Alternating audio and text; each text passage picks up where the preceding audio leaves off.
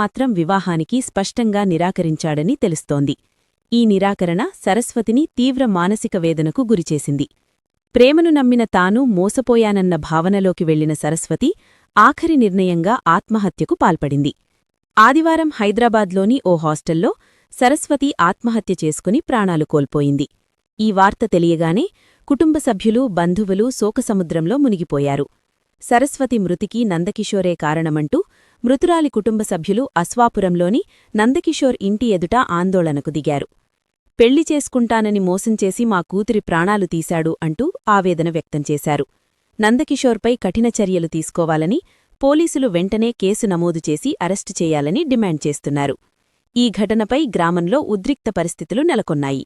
అయితే పోలీసులు అప్రమత్తమయ్యారు. ఇరువర్గాలు మధ్య ఎటువంటి అవాంఛనీయ సంఘటనలు జరగకుండా ముందస్తు చర్యలు చేపట్టారు. కేసు నమోదుపై వివరాలు తెలియాల్సి ఉంది. ఇదిలా ఉండగా సరస్వతి మృతి తర్వాత నందకిషోర్తో పాటు అతని కుటుంబ సభ్యులు పరారీలో ఉన్నట్లు సమాచారం. వారికోసం పోలీసులు గాలింపు చర్యలు ప్రారంభించినట్లు తెలుస్తోంది. ప్రేమ, నమ్మకం, పెళ్లి హామీలతో ముడిపడి ఒక యువతి ప్రాణాలు కోల్పోయిన ఈ ఘటన సమాజాన్ని కలచివేస్తోంది. అయితే బంధువుల ఫిర్యాదుతో పోలీసులు నిందితులపై ఎలాంటి చర్యలు తీసుకుంటారన్నది ఇప్పుడు అందరిలో ఉత్కంఠను రేపుతోంది. తదుపరి తాజా అప్డేట్స్ కొనసాగుతాయి. తాజా సమాచారం కోసం మన ఛానల్ను సబ్స్క్రైబ్ చేసుకోగలరు. బ్యూరో రిపోర్ట్, స్ఫూర్తి ఇండియా న్యూస్, భద్రాద్రి కొత్తగూడెం జిల్లా అస్వాపురం నుంచి అందిన సమాచారం. స్టే ట్యూన్డ్, స్ఫూర్తి ఇండియా న్యూస్. ఇది సామాన్యుడి చేతిలో అస్త్రం. మన ఛానల్ను సబ్స్క్రైబ్ చేయటం మర్చిపోవద్దు. మాట్లాడింది సాయంత్రం మా అమ్మ వాళ్ళకి. వాళ్ళు 5ంటికి ఫోన్ చేసి చచ్చిపోయిందని చెప్తున్నారు. ఈ అబ్బాయి నాకు అంతకంటే ముందు ఫోన్ చేసిండు, నందకిషోర్ అన్న అబ్బాయి. ఫోన్ చేసి మీ అక్క చికాకు చేస్తుంది, హాస్టల్లో చచ్చిపోతా అని చెప్తుంది అని నాకు చెప్పిండు. మా అక్క అట్లా చేసుకోదు, మా అక్క అంత పిరికిది కాదు, నేను ఫోన్ చేసి మాట్లాడతా మా అక్కతోరి అని చెప్పి నేను అబ్బాయి ఫోన్ కట్ చేసి మా అక్కకు ఫోన్ చేసిన. ఎంత చెత్తన్నా ఎత్తట్లేదు. అక్క పక్కన సరోజిని అని ఇంకొక అమ్మాయి ఉంటది, ఆ అమ్మాయికి ఫోన్ చేసిన. ఆ అమ్మాయి కూడా 3 సార్లు ఎత్తలేదు. తర్వాత మళ్ళీ ఎత్తింది. ఎత్తి మీ అక్క ఊరేసుకుంది, నోట్లోంచి ముక్కులోంచి రక్తం వస్తుందని చెప్పింది. మా అక్కట్ట చేసుకోదు, నేను నమ్మని, నాకు వీడియో కాల్ చేసి మా అక్కని చూపియండి అని చెప్పి నేను ఆ అమ్మాయి ఫోన్ కట్ చేసి నేను ఒక వీడియో కాల్ చేస్తాంటే ఇక అప్పటి నుంచి ఒక్కసారి కూడా నా ఫోన్ ఎత్తలేదు. నేను మళ్ళీ ఈ అబ్బాయికి ఫోన్ చేసిన, సరోజిని ఇట్లా చెప్తుంది, నిజం చెప్పండి నాకు ఏంటి అని అడిగితే, ఈ నందకిషోర్ అన్న అబ్బాయి నాకు మీ అక్క మీద డౌట్ వచ్చి నేను మీ అక్క ఫోన్ చెక్ చేయమని చెప్పిన. సరోజిని మీ అక్క ఫోన్ చెక్ చేసి నాకు అవన్నీ పంపించింది అని చెప్పిండు. మరి ఏమైంది అక్కడ అని అడిగితే, మీ సరోజిని ఫోన్ చెక్ చేస్తా ఉంటే మీ అక్క చూసిందంట అని చెప్పిండు. ఇంకా నాకు భయం వేసి నేను ఫోన్ కట్ చేసి మా నాన్నోళ్ళు బయటకు వెళ్తే మా నాన్నోళ్ళకి ఫోన్ చేసి అక్క ఊరేసుకుందంట, నాన్న హాస్టల్ నుంచి ఫోన్ చేసి చెప్తున్నారు అని చెప్పిన. ఇక అంతే. అప్పటి నుంచి నాకు ఆ అబ్బాయి ఏ ఫోన్ గానీ మెసేజ్ గానీ చెయ్యలేదు. అక్కడికి అమ్మోళ్ళు వెళ్ళినా గానీ ఎవ్వరు పట్టించుకోవట్లేదు. హాస్టల్ వాళ్ళు కూడా ఏదో దాస్తున్నారు, ఆ అమ్మాయిని లోపల దాచిపెట్టి అసలు ఆ అమ్మాయి లేనే లేదని చెప్తున్నారు హాస్టల్లో. సాయంత్రం మొన్న వెళ్ళిన వాళ్ళకి నిన్న చూపించారు, మా అక్క నిన్న 7 గంటలకు చూపించారు. హైదరాబాద్ లో మీర్పేటలో TKR కాలేజ్ ముందు సూపర్ స్టూడెంట్ హాస్టల్ లో ఉంటది. మా అక్క జాబ్ చేస్తుంది, 2 నెలలు అవుతుంది. కాల్ సెంటర్ లో జాబ్ చేస్తుంది.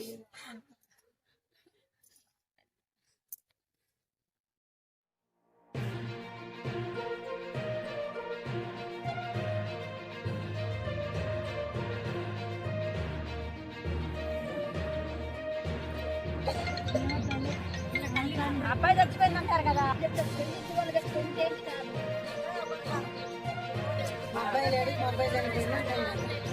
చచ్చిపోతే శవాన్ని తీసుకొచ్చి ఎవరితో పాటు ఇందులో కూర్చోబెడతాం. ఎందుకు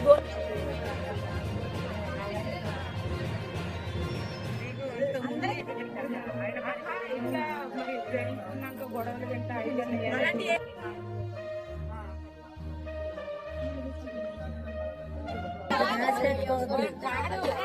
చేసుకోవాలన్నది లేకపోతే తిట్టారో ఏంటో నా బిడ్డ ఊరేసుకుందని చెప్తారు.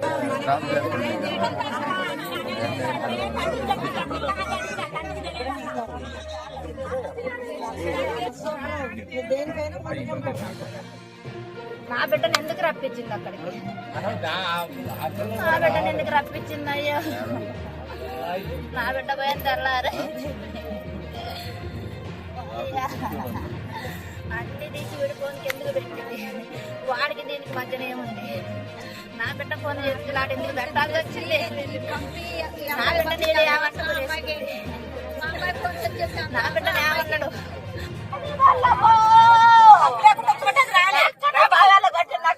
లేరన్నది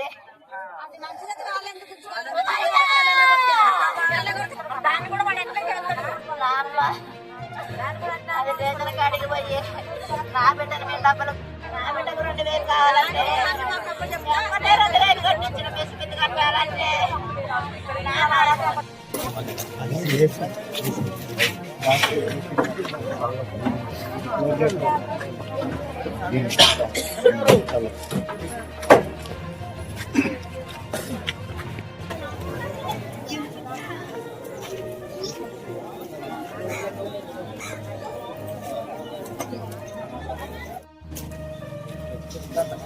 అది పోదా పోదాం.